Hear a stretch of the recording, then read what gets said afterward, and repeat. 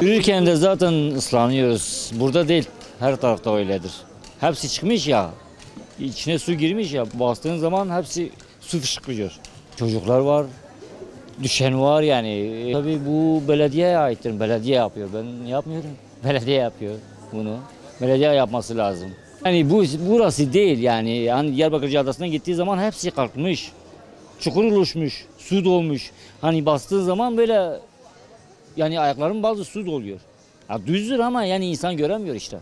Bunlar hepsi yerine çıkmış. Çok görüyorum yani. Eksikler çok yani. Eksikler var yani bitmez de. Caddelerde oluşan su birikimi, taşlar hani kalkmış, bunları yapmasını istiyoruz yani. Ya, şu an Batman'ın genel bir sorunu var.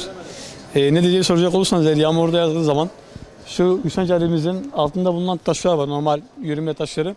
Onların altı boşaldığı için genellikle su fışkırtıyor. O genel bir sorunun düzeltilmesi gerekiyor. Hani bu sorun giderek yükseliyor. Özellikle önceden bir önlem alınması gerektiğini düşünüyorum. Yağmur zaman da engelleri bu bizim için.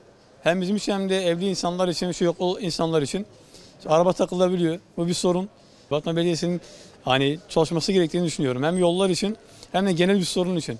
Gülistan Caddesi, Şemsiye Sokak veya Hasankeyf Sokağı, bir de Gülistan Caddesi ile Cumhuriyet Meydanı arasında bağlantı yolu.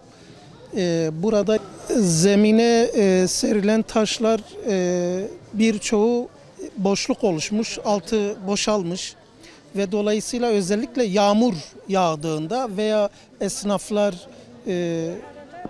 bir su döktüğünde onların altına su giriyor ve basınca da o su insanların üstüne sıçrıyor. Tabii bu da kötü bir durum oluşturuyor.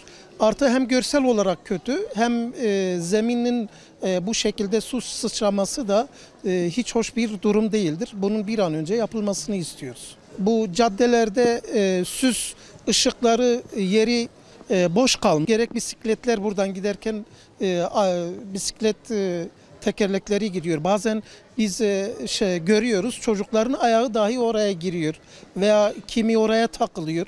Bunların da yapılması lazım. Ufak da olsa yaralanmalara neden oluyor. Yani daha büyük sıkıntıların çıkmaması için bunların elden geçirilmesi lazım. Belediyeye ait yollar, Batman Belediyesi'nin bunlara bakması lazım.